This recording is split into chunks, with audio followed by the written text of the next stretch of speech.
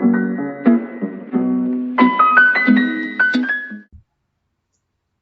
back to Arunachal Daily Current Affairs Series and today is 8th of October.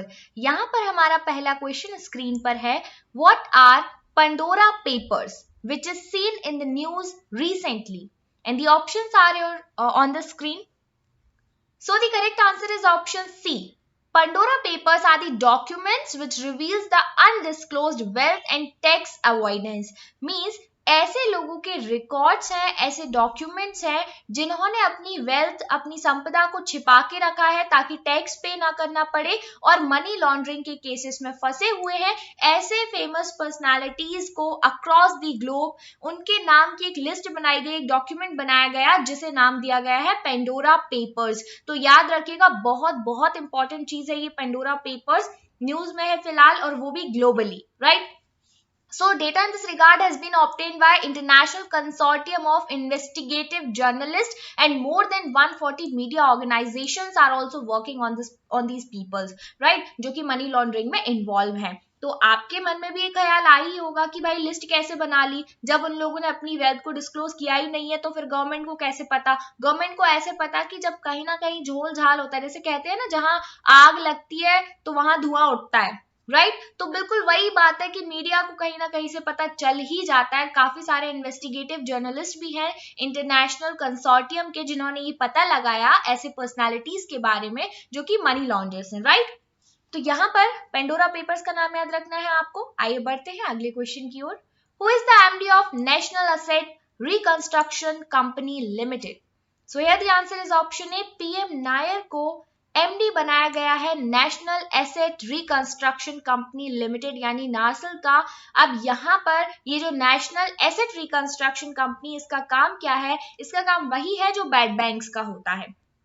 SBI ने stressed assets को recover करने के लिए एक कंपनी लिमिटेड बनाई जिसका नाम है national asset reconstruction company limited, जो क्या करेगा? रिजर्व बैंक ऑफ इंडिया के अप्रूवल के साथ अपने ऑपरेशंस को आगे बढ़ाएगा.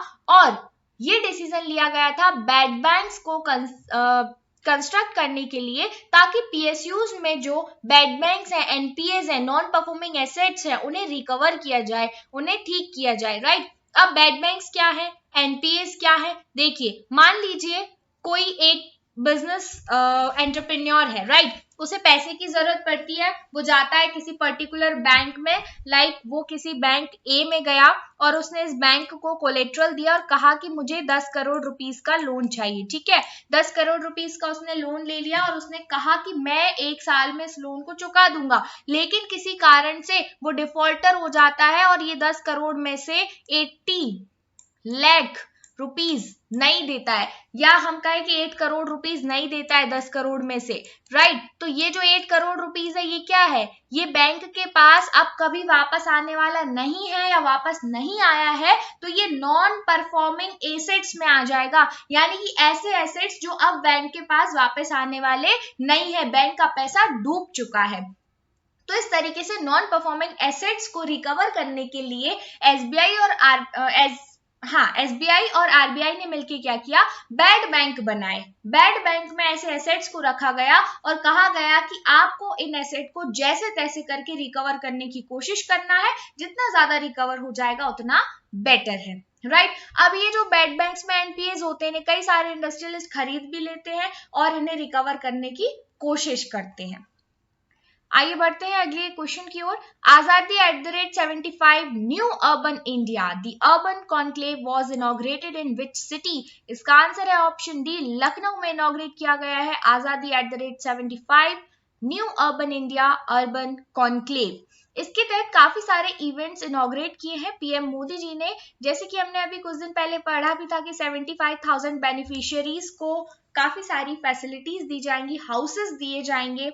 75 district of Uttar Pradesh choose की गई हैं जहां पर काफी सारे इनिशिएटिव चलाए जाएंगे, डेवलपमेंटल प्रोजेक्ट्स चलाए जाएंगे, राइट? 75 डिस्ट्रिक्ट्स को चूज किया गया है. इसके अलावा 75 अर्बन डेवलपमेंट प्रोजेक्ट भी स्टार्ट हो रहे हैं स्मार्ट सिटी मिशन और अमृत मिशन के तहत, राइट? फेम सेकेंड जो हमारा व्हीकल से रिलेटेड है, तो फेम सेकेंड के लिए भी 75 बसेस बनाई गई हैं नई तरीके की, जिनसे पॉल्यूशन का लेवल, कार्बन एमिशन कम से कम हो सके, राइट। तो इस तरीके से आजादी @75 जो कि आजादी का अमृत महोत्सव है, इसमें काफी सारे इनिशिएटिव्स लॉन्च किए गए हैं पीएम के द्वारा उत्तर प्रदेश में। बढ़ते हैं आगे। When is world cotton day observe? तो हर साल 7 अक्टूबर को वर्ल्ड कॉटन डे मनाया जाता है ताकि इंटरनेशनल ट्रेड और इकोनॉमिक डेवलपमेंट में कॉटन का जो रोल है, क्रूशियल रोल है, उसे उसके प्रति लोगों को अवेयर किया जा सके, राइट। तो अब यहाँ पर आप देखेंगे कॉटन एक ऐसी चीज है जो कि इंडिया में बहुत ज्यादा होती है। इवन ग्लोबल लेवल पे अगर हम रैंकिंग की बात करें ना, तो इंडिया टॉप पे आता है, सेकंड नंबर पे चाइना, थर्ड नंबर पे यूएसए आता है। तो इंडिया अगर हमारा टॉप पे है, दैट मीन्स ये रिसोर्स ऐसा है जिससे हम पॉवर्टी एलिविएशन में और इनकम जनरेट करने में काफी ज्यादा हेल्प ले सकते हैं। इंडिया में भी अगर आप इन पर्टिकुलर बात करेंगे तो आप देख पाएंगे कि गुजरात लीडिंग प्रोड्यूसर स्टेट है कॉटन में, सेकेंड नंबर पे आपका महाराष्ट्र आ जाता है, सेकेंड और थर्ड पे तेलंगाना। बाकी आप देख सकते हैं ये जो पूरा वेस्टर्न बेल्ट है इंडिया का, यहाँ पे कॉटन बहुत ज्यादा होता है। And for your kind information, black soil best suitable होती है कॉटन के प्रोडक्शन के लिए, जो कि गुजरात और महाराष्ट्र में काफी ज्यादा अमाउंट में देखने को मिलती है, राइट। बढ़ते हैं आगे। Who has won the Nobel Prize for Literature 2021? तो नोबेल प्राइज फॉर लिटरेचर मिला है अब्दुल रजाक गुरनाह जी को। इन्होंने अपना लिटरेचर लिखा है Uncompromising and Compassionate Penetration of the Effects of Colonialism and the Fate of Refugee in the Gulf Between Cultures and Continents। इस काम के लिए इन्हें नोबेल प्राइज ऑफ लिटरेचर दिया गया है। नाम आपको याद रखना है Abdulrazak Gurnah, right. Next question है FIH women's hockey player of the year का अवार्ड किसने जीता है? तो ये जीता है गुरजीत कौर जी ने। गुरजीत कौर जी ने FIH women hockey player of the year award जीता है 2020-21 के लिए, राइट।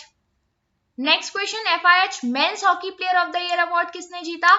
ये जीता है हरमनप्रीत सिंह ने, ठीक है, हरमनप्रीत सिंह। याद रखिएगा गुरजीत कौर जो है वो उड़ीसा से बिलोंग करती है और यहाँ पर हरमनप्रीत सिंह मेन कैटेगरी में जीते हुए हैं। PR श्रीजेश एंड सविता पुनिया, इन्हें भी man and women best goalkeeper award से सम्मानित किया गया है। तो अगर आपके सामने नाम आता है सविता पुनिया, तो यहाँ पर आपको बेस्ट गोलकीपर अवार्ड में याद रखना है, और अगर नाम आता है गुरजीत कौर तो वो best hockey player of the year award में आपको याद रखना है। अगला क्वेश्चन है which countries hockey federation has withdrawn from 2022 Commonwealth games? India ने अपने हाथ पीछे कर लिए हैं 2022 के कॉमनवेल्थ गेम से। क्यों ऐसा किया गया?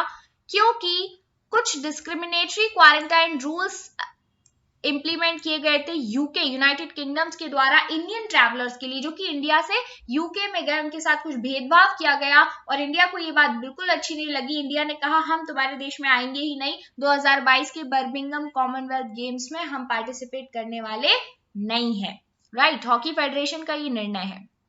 अगला क्वेश्चन है कितने PM मित्र मेगा टेक्सटाइल पार्क्स अप्रूव किए गए हैं गवर्नमेंट के द्वारा अगले 5 साल में सेटअप करने के लिए?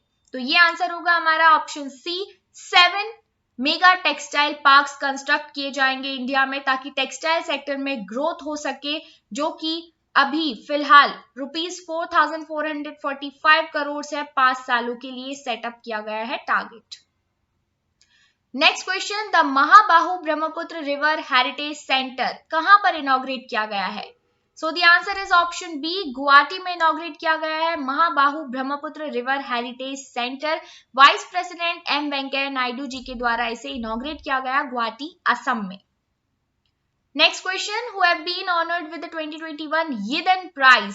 तो यिदन प्राइज से सम्मानित किया गया है एरिक A हैनुशेक और डॉक्टर रुक्मणी बनर्जी को। डॉक्टर रुक्मणी बनर्जी ये इंडिया से हैं, इसीलिए हमें ये याद रखना है, और दूसरे हैं US बेस्ड स्टैनफोर्ड यूनिवर्सिटी के प्रोफेसर एरिक A हैनुशेक। जो रुक्मणी बनर्जी हैं ये प्रथम एजुकेशन फाउंडेशन की CEO है। याद रखिएगा प्रथम एजुकेशन फाउंडेशन की CEO है। अगला क्वेश्चन हमारा यहाँ पर है, the Alibag white onion of which state has recently received the GI tag? Alibag white onion ये महाराष्ट्र से बिलोंग करती है, इसे GI टैग मिला है। आप ऑनियन को याद रख सकते हैं, अक्सर आप महाराष्ट्रियन सीरियल्स में, मूवीज में देखेंगे कांदा, कांदा वर्ड हमें बहुत कुछ सुनने को आता है। तो महाराष्ट्र में एक अलग ही कल्चर है वही आलू और कांदे का, राइट तो कांदे से आप याद रखिएगा, कांदा प्याज को ही कहा जाता है। यहाँ की व्हाइट ऑनियन फेमस है महाराष्ट्र की और इसे जीआई टैग दिया गया है, नाम है Alibag white onion. Next question है, who has been appointed as the brand ambassador of crypto exchange coin DCX?